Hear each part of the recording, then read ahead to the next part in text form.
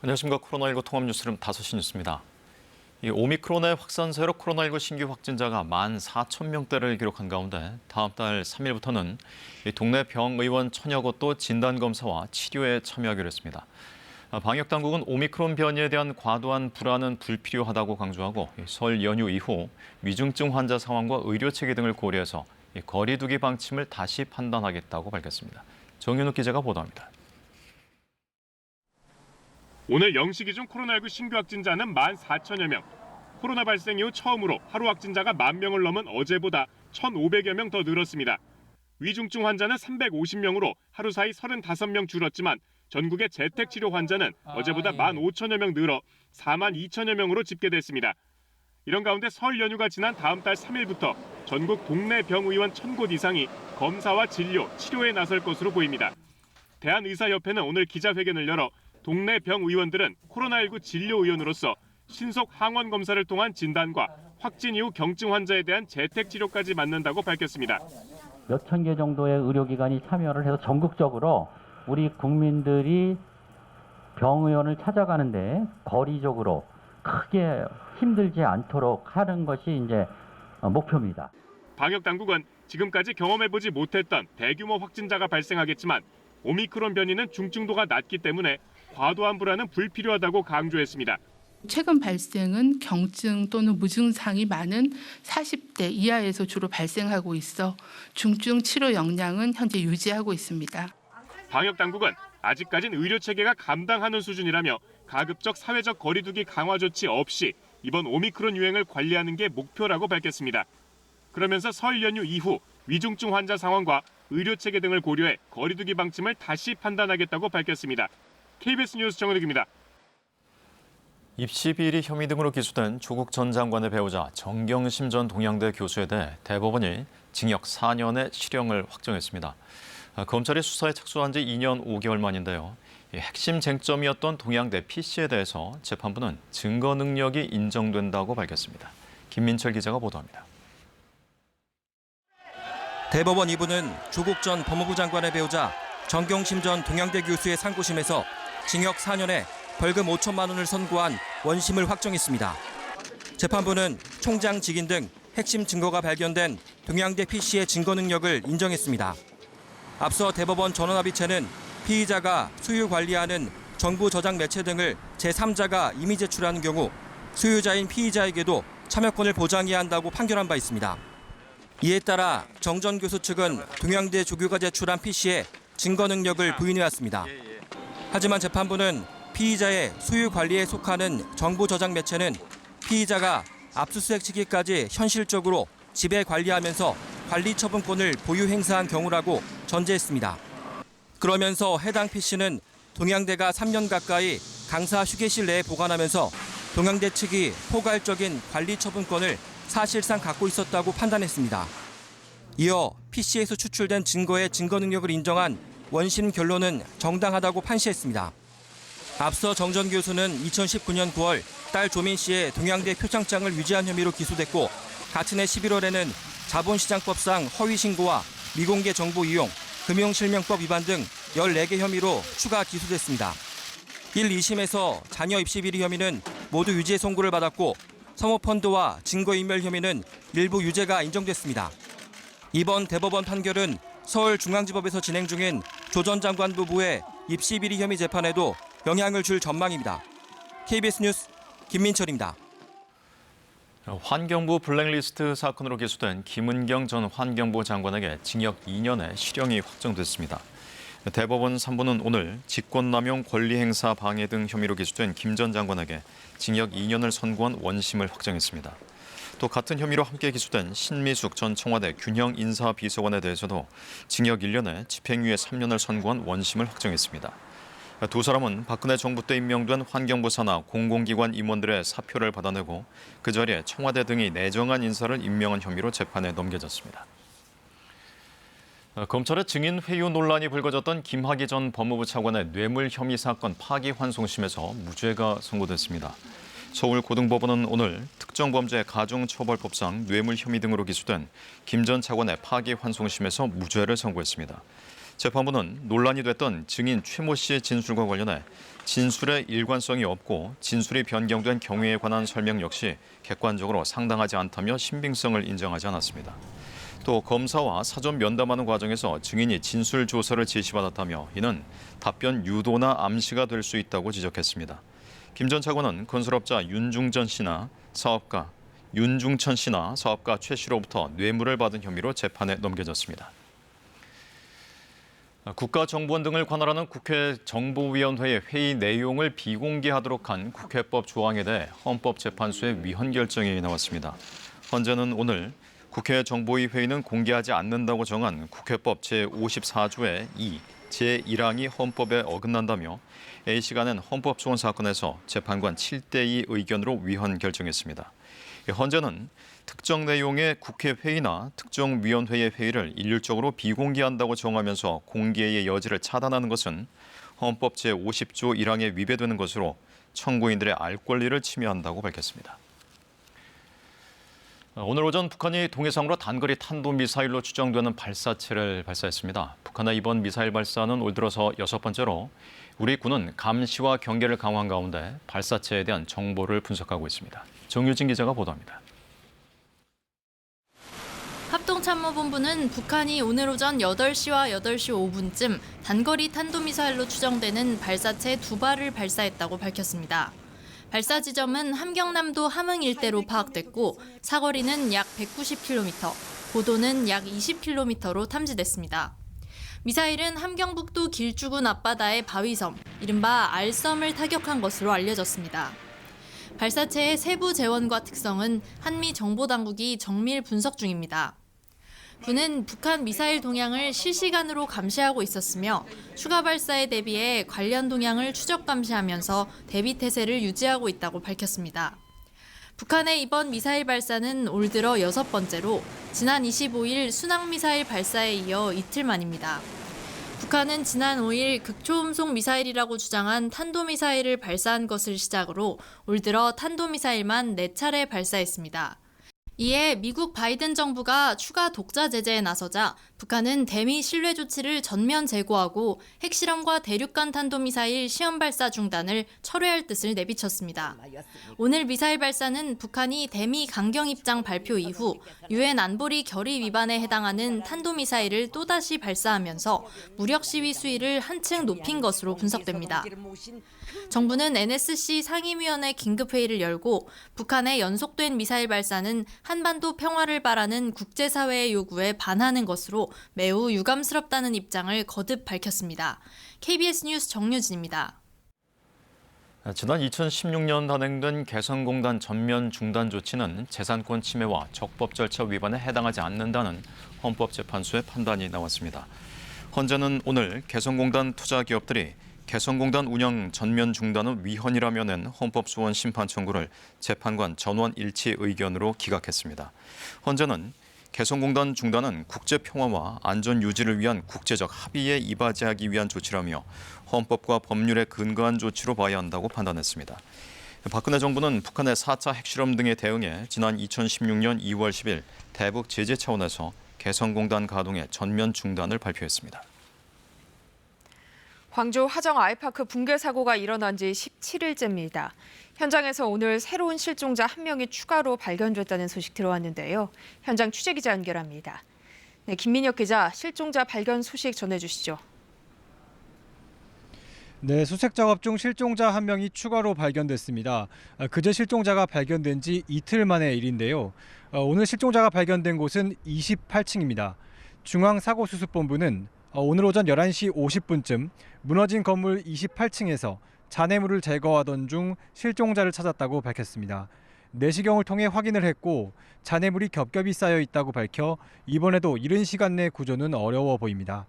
사고수습본부는 붕괴 우려도 있어 안전에 유의하며 구조에 임하겠다고 밝혔습니다. 자세한 수색 구조 경위는 지금 진행되고 있는 브리핑에서 밝히고 있습니다. 이에 앞서 그제는 27층에서 실종자가 발견됐는데요. 진입로가 막혀 있고 잔해물이 쌓여 있어 현장 접근과 구조에 어려움을 겪고 있는 상황입니다. 발견 이틀이 되어가지만 아직 구조 소식은 들려오지 않고 있습니다. 중수부는 이 매몰자의 신원을 확인하기 위해 오늘 새벽 혈흔이 묻은 잔해를 수거해 유전자 분석을 의뢰한 상태입니다. 이번 사고로 연락이 끊긴 현장 실종자는 6명이고 이 중 1명은 수습이 됐고 그제와 오늘 발견자를 빼면 남은 미발견 실종자는 3명입니다. 수습본부는 남은 실종자를 찾기 위해서도 분주히 움직였습니다. 25층, 30층 사이에 구조대의 안전을 확보하기 위해 지지대를 보강 설치하고 건물 상층부에 대한 수색과 잔해물 제거 작업도 병행 중입니다. 한편 국토교통부 사고조사위는 옆동인 203동의 39층에서도 바닥 쪽을 콘크리트로 타설한 데크 플레이트가 아래로 처져 있는 걸 발견했습니다. 사고조사위는 당장 붕괴 위험이 있는 상황은 아니지만 현대산업개발의 안전점검이 필요하다는 뜻을 전달했다고 밝혔습니다. 지금까지 광주 화정 아이파크 붕괴 사고 현장에서 KBS 뉴스 김민혁입니다. 은수미 성남시장 측에 수사 기밀을 넘겨주고 이권을 챙긴 혐의로 기소된 전직 경찰관에게 실형이 선고됐습니다. 수원지법은 오늘 공무상 비밀 누설과 뇌물수수 등 혐의로 기소된 전직 경찰관 김모 씨에게 징역 8년을 선고하고 추징금 7,500만 원을 납부하라고 명령했습니다. 김 씨는 정치자금법 위반 혐의로 은 시장을 수사하던 지난 2018년 10월 은 시장 측에 수사 보고서를 넘겨주고 인사와 납품 청탁을 한 혐의를 받고 있습니다. 2천억 원대 횡령과 배임 혐의로 기소된 최신원 전 SK네트워크스 회장이 1심에서 징역 2년 6개월을 선고받았습니다. 서울중앙지법은 오늘 특정경제범죄 가중처벌법상 횡령 등 혐의로 기소된 최 전 회장에게 대해 혐의 일부를 유죄로 인정하고 징역 2년 6개월을 선고했습니다. 최 전 회장은 지난 2011년부터 15년 사이 SK텔레시스가 부도 위기에 처하자 자신이 회장으로 있던 SKC가 SK텔레시스 유상증자에 참여하도록 한 혐의 등으로 지난해 3월 구속 기소됐습니다. 함께 기소된 조대식 SK스펙스 추구협의회 의장은 무죄를 선고받았습니다. 민주당 이재명 후보는 광주를 찾아 광주 군공항 이전을 지원하고 5.18 정신을 헌법에 명문화하겠다고 밝혔습니다. 국민의힘 윤석열 후보는 제왕적 대통령제를 폐지하고 청와대 부지를 시민에게 반환하겠다고 말했습니다. 강병수 기자입니다. 수도권 일정을 중단하고 광주를 방문한 민주당 이재명 후보. 정부가 광주 군공항 이전을 지원하고 광주를 인공지능이 특화된 대표 기업 도시로 만들겠다고 약속했습니다. 5.18 민주화 운동 정신을 헌법 전문에 명문화하고 5.18 자료를 수집해 관리하는 국가기록원 설립도 검토하겠다며 지역 민심에 호소했습니다. 광주는 대한민국 민주주의의 심장입니다. 광주의 자부심을 대한민국의 자부심이 되도록 하겠습니다. 이 후보는 광주 화정 아이파크 붕괴 사고 현장도 찾아 재해 사고가 반복되는 기업은 건설 면허를 취소하는 게 마땅하다고 밝혔습니다. 국민의힘 윤석열 후보는 청와대 조직을 해체하고 새로운 형태로 대통령실을 재구성하겠다는 정치 개혁안을 발표했습니다. 제왕적 대통령제를 폐지하고 국민과 소통하겠다며 취임 첫날부터 청와대는 역사 속으로 사라질 것이라고 강조했습니다. 새로운 대통령실은 광화문 정부 서울청사에 구축될 것입니다. 기존의 청와대 부지는 국민께 돌려드릴 것입니다. 대통령실은 정의화한 참모와 분야별 민관 합동위원회로 구성되고 주요 국정 현안과 미래 비전 창출에만 집중하게 된다고 설명했습니다. 윤 후보는 내년부터 도입되는 주식 양도세를 폐지하겠다는 공약도 내놨습니다. 이르면 설 연휴 기간 예정됐던 4당 대선 후보 토론회는 국민의힘이 사자 토론과 별도로 이재명, 윤석열 후보 간 양자 토론을 열자고 제안하면서 수싸움이 복잡해졌습니다. 민주당은 31일에 양자 토론과 사자 토론을 모두 열자고 국민의힘에 역제안했습니다. KBS 뉴스 강병수입니다. 연방준비제도가 조만간 금리를 올리는 게 적절하다고 본다며 3월 금리 인상을 예고했습니다. 또 시기를 못 박진 않았지만 금리 인상에 이어 시중에 풀린 돈을 걷어들이는 양적 긴축도 시작할 수 있다고 밝혔습니다. 뉴욕에서 한보경 특파원입니다. 미국 중앙은행인 연방준비제도가 기준금리를 곧 올리는 게 적절할 것으로 본다고 통화정책 회의를 끝낸 직후 성명을 통해 밝혔습니다. 이번엔 기준금리를 현 제로 수준에서 동결하지만 다음 통화정책 회의가 열리는 3월 인상을 사실상 예고한 것으로 해석됩니다. 제롬 파월 연준 의장은 회의 직후 가진 언론 브리핑에서 고용 사정은 강하게 회복되고 있지만 물가 상승률은 연준의 목표치인 2%를 너무 많이 넘어서고 있다며 연준 통화 정책의 초점은 물가 안정에 맞춰져 있다는 점을 강조했습니다. The economy no longer needs sustained high levels of monetary policy support. That is why we are phasing out our asset purchases and why we expect it will soon be appropriate to raise the target range for the federal funds rate. 그러면서 구체적 시기는 못 박지 않았지만 연준의 보유 자산을 매각해 시중에 풀린 돈을 회수하는 이른바 양적 긴축도 금리 인상 이후 시작할 수 있다고도 했습니다. 파월 의장은 지난 11일 의회 인준청문회에서 양적 긴축 돌입 시기를 올해 말 정도로 언급한 바 있는데 이것도 상황에 따라 당겨질 수 있음을 시사했습니다. Being willing to move sooner than we did in the last time, and also perhaps faster. But beyond that, it's really not appropriate for me to speculate exactly what that would be. 뉴욕 증시 주요 지수들은 연준의 긴축 일정에 대한 불확실성 해소를 기대하며 모두 상승세로 시작을 했는데 3월 금리 인상 시사에 이어 양적 긴축 시기도 당겨질 수 있다는 연준의 시그널이 나오면서 다우와 S&P 500 지수는 결국 하락 마감했습니다. 뉴욕에서 KBS 뉴스 한보경입니다. 미국 연방공개시장위원회 FOMC 회의 결과와 LG 에너지솔루션 상장에 따른 수급 부담 등의 여파로 오늘 코스피 지수가 3% 넘게 급락하며 2610선까지 밀렸습니다. 오늘 코스피는 어제보다 94.75포인트, 3.5% 하락한 2614.49로 거래를 마쳤습니다. 이는 지난 2020년 11월 30일 이후 14개월 만에 가장 낮은 수준입니다. 코스닥 지수도 어제보다 32.86포인트, 3.73% 내린 849.23을 기록하며 마감됐습니다. 원달러 환율은 어제보다 5원 10전 오른 1202원 80전에 거래를 마쳤습니다. 노동자가 숨지는 등의 중대 재해가 발생하면 기업 경영진이나 기관장을 처벌할 수 있도록 하는 중대재해처벌법이 시행에 들어갔습니다. 시행 첫날 10대 건설사들의 절반이 휴무에 들어갔습니다. 김현경 기자의 보도입니다. 중대한 사고가 났을 때 기업 경영진이나 기관장에게 책임을 묻는 중대재해처벌법이 시행에 들어갔습니다. 적용 대상은 상시 근로자가 50명 이상인 사업장 또는 공사 금액이 50억 원 이상인 건설 현장입니다. 법의 가장 큰 특징은 중대재해 발생 시 최고 책임자를 처벌할 수 있다는 겁니다. 기업이라면 최고 경영자, 정부라면 장관이나 지자체장 등을 말합니다. 중대재해를 막기 위한 의무의 핵심은 두 가지입니다. 일터 현장을 조사하고 과거 사고를 분석해 일터의 위험 요인을 미리 확인할 것, 그리고 위험 요인을 확인했다면 인력과 예산을 들여 없애란 겁니다. 이 노력이 부족했다면 중대재해 시 처벌받을 수 있습니다. 사망사고가 났을 때는 1년 이상의 징역 또는 10억 원 이하의 벌금을 부과합니다.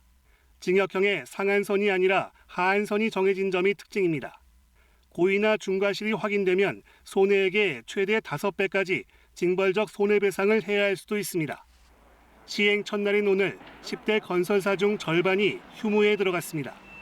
매년 산재 사망자의 절반 정도가 나오는 건설업계는 중대재해처벌법의 첫 사례가 될 경우 집중된 이목 속에 고강도 수사를 받을 수 있다는 점을 우려하고 있습니다. KBS 뉴스 김현경입니다. 설을 앞둔 요즘 차례 쓸 음식 마련으로 분주한데요. 특별 단속에서 원산지를 제대로 표시하지 않거나 속인 곳이 무더기로 적발됐습니다. 단속 현장을 윤경재 기자가 취재했습니다. 전통 음식을 꾸러미로 만들어 파는 업소입니다. 메뉴판 어디에도 원산지가 적혀 있지 않습니다.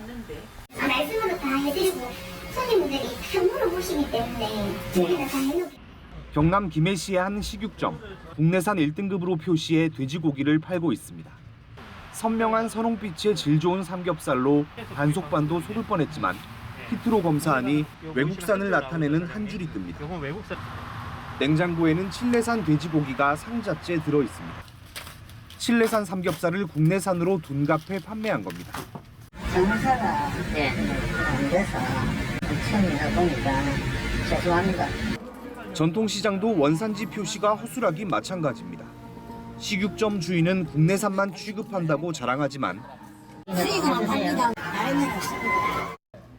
단속반이 추궁하자 국내산 딱지를 붙여놓은 고기가 사실은 미국산이라고 시인합니다. 실제 어디입니까 이거? 미국. 우리가 국내산으로 해가지고 설을 앞두고 손님이 몰리고 있는 한과 판매점은 원산지를 아예 표시하지 않았습니다. 적어야 되는데 근데 안 적어지더라고. 적겠습니다. 농축수산물의 원산지를 표시하지 않으면 5만 원에서 최대 1,000만 원의 과태료 처분을 받습니다. 원산지를 허위로 표시하면 형사 입건 대상입니다. 설을 앞둔 이번 특별 단속에서 적발된 경남의 원산지 표시 위반 업소가 70여 곳. 지난 한 해에는 경남에서 460여 곳, 전국 3,100여 곳이 적발됐습니다. 수입 농산물이 많이 들어오고 있는데요. 유통질서 확립을 위해서도 원산지 표시를 정확하게 하셔서 소비자나 생산자들이 피해본 일이 없도록 해야 되겠습니다. 원산지 표시 위반 업소는 국립농산물품질관리원 홈페이지에서 확인할 수 있습니다. KBS 뉴스 윤경재입니다. 우크라이나 사태 안정의 전제 조건으로 러시아가 자국 안보를 요구한 데 대해 미국이 서면으로 답변을 전달했다고 밝혔습니다. 러시아가 요구한 만큼의 답변 수준은 아닌 것으로 알려졌는데 이제 상황은 러시아의 대응에 달렸습니다. 워싱턴 이정민 특파원입니다. 러시아의 우크라이나 침공 우려가 높아지는 가운데 미국이 러시아의 안보 보장 요구에 대한 답변을 서면으로 전달했다고 밝혔습니다. 앞서 러시아가 미국에 내놨던 사태 안정의 조건, 옛 소련 국가의 나토 가입과 러시아 인근 국가의 공격무기 배치 등을 금지해달라는 요구에 대한 답변서입니다. 내용은 공개되지 않았지만 러시아의 우려에 대한 평가, 미국과 동맹의 우려 등이 담겼다고 미국 측은 밝혔습니다. 그러면서도 러시아의 주요한 요구들은 사실상 받아들이지 않았음을 시사했습니다. We will uphold the principle of NATO's open door. NATO's door is open, remains open, and that is our commitment. 미국은 여전히 외교가 우선이라며 후속 회담 성사를 기대한다고 말했습니다. It remains up to Russia to decide how to respond. We're ready either way.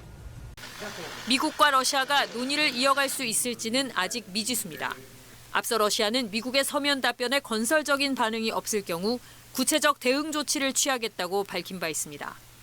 한편 우크라이나 주변에는 병력이 점차 늘어나고 있습니다.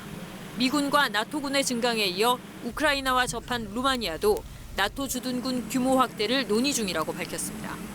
우크라이나 주재 미국 대사관은 직원 가족에 이어 자국민들에게도 즉각 우크라이나를 떠날 것을 검토하라고 촉구했습니다. 셔먼 미국 국무부 부장관은 푸틴 대통령의 최종 결정 여부는 알 수 없다면서도 러시아가 2월 중순까지 무력을 사용할 가능성이 높다고 전망했습니다. 워싱턴에서 KBS 뉴스 이정민입니다. 미국의 코로나19 신규 확진자의 99.9%가 오미크론 변이 감염자로 나타났습니다. 미국 내 첫 오미크론 확진자가 확인된 지 불과 7주 만입니다. 이영현 특파원입니다. 미 질병통제예방센터 CDC가 이달 22일까지 신규 확진자를 모니터한 결과 환자의 99.9%는 오미크론 변이 감염자로 추정된다고 밝혔습니다. 델타 변이는 0.1%에 불과하다고 봤습니다. CDC는 지난해 12월 4일까지 델타 변이가 99.2%, 오미크론은 0.6%에 불과했지만 한 달도 안 된 12월 넷째 주에 상황이 역전됐고 이번 달 첫째 주부터는 오미크론이 90%를 넘어서면서 현재는 완전히 델타를 대체했다고 분석했습니다. 지난달 1일 캘리포니아주에서 첫 오미크론 확진자가 확인된 지 불과 7주 만입니다. But many of our hospitals are still struggling beyond capacity. Now is the time to do what we know works, wear a mask, get vaccinated, and get boosted. 오미크론은 델타와 비교하면 덜 치명적이라지만 빠른 전파력으로 더 많은 사람을 감염시키면서 미국의 사망자 수는 증가했습니다. 현지 시각 24일자로 집계된 일주일 하루 평균 사망자 수는 2,100여 명으로 오미크론 변이가 처음 확인되기 직전 800명대에 비해 1,000명이 훨씬 넘게 늘었습니다. 하지만 오미크론 변이가 확인됐던 12월 초 하루 평균 100만 명까지 올라갔던 미국의 3차 접종자 수는 지난주 40만 명대 수준으로 다시 줄어들고 있습니다. You can't walk away from the facts, and the facts are stunningly obvious. When you look at the hospitalization and deaths among unvaccinated versus vaccinated and boosted. 뉴욕타임스는 이번 주 들어 미국의 7일간 하루 평균 확진자 수는 60만 명대로 2주 전과 비교하면 9% 감소했다고 보도했습니다. 하지만 미국의 보건 전문가들은 오미크론에 이어 또 다른 변이가 나올 수 있다며 경계를 늦추지 말아야 한다고 경고하고 있습니다. 로스앤젤레스에서 KBS 뉴스 이영현입니다. 이어서 오늘의 주식시황을 KB증권에서 전해드립니다. KB증권입니다. 오늘 국내 증시는 검은 목요일을 맞이했습니다. 코스피는 5거래일째 약세를 보이며 2610선까지 밀려났고 코스닥은 외국인의 팔자에 3% 넘는 하락세로 장을 마쳤습니다. 오늘 코스피는 94.75포인트 하락한 2614.49에 코스닥은 32.86포인트 내린 849.23에 마감됐습니다. 간밤 미국 증시는 파월 연준 의장의 금리 인상 발언에 상승폭을 반납하며 혼조세로 마감했습니다. 코스피는 기관의 사자에도 외국인과 개인의 매도에 하락하는 흐름을 보였습니다. 시총 상위 종목들이 대부분 내린 가운데 셀트리온 그룹주는 레키노나가 오미크론 변이에 효과가 거의 없다는 연구 결과에 3거래의 연속 조정을 받으며 마감했습니다. 또한 오늘 신규 상장한 LG에너지솔루션은 50만 5천 원의 거래를 마치며 시초가 대비 15% 넘게 하락했습니다. LNF는 2차 전지 관련주로 약세를 보이며 11%대 내림세를 나타냈습니다. 반면 기아는 지난해 매출이 역대 최고치를 기록하며 상승 마감했습니다. 오늘 원달러 환율은 5원 10전 오른 1,202원 80전의 거래를 마쳤습니다. 지금까지 KB증권이었습니다. 어제보다는 확실히 쌀쌀합니다. 기온은 점차 내려갈 텐데요. 주말에는 찬바람이 들면서 영하 8도 안팎까지 떨어져 춥겠습니다. 현재 수도권과 충남, 부산에서 초미세먼지 나쁨 수준 보이고 있는데요. 내일 오후부터는 차차 먼지가 해소되겠습니다. 다시 대기가 건조해졌습니다. 영남 동해안과 전남 동부에 건조주의보가 발효 중입니다. 바람까지 강하게 불 것으로 보여서 화재 주의하셔야겠습니다. 현재 전국이 대체로 맑은 가운데 강원 북부 동해안은 밤까지 빗방울이 떨어지거나 눈이 날릴 수 있겠습니다. 내일은 대체로 구름 많은 날씨를 보이겠고요. 최근 눈비로 인해서 도로가 미끄러운 곳이 많아서 운전 조심하셔야겠습니다. 중부 곳곳에 한파특보가 발효 중인 가운데 내일 아침 철원이 영하 12도, 서울이 영하 6도까지 떨어지면서 오늘보다 2, 3도가량 낮겠고요. 한낮에는 서울 3도, 부산 9도로 오늘과 비슷하겠습니다. 제주 남쪽 먼바다는 최고 4m까지 물결이 높게 일겠습니다. 설 연휴 당일에는 중부지방에 많은 눈이 내릴 가능성이 있습니다. 날씨 전해드렸습니다. 코로나19 통합뉴스룸은 7시 뉴스에서 이어집니다. 시청해주신 여러분 고맙습니다.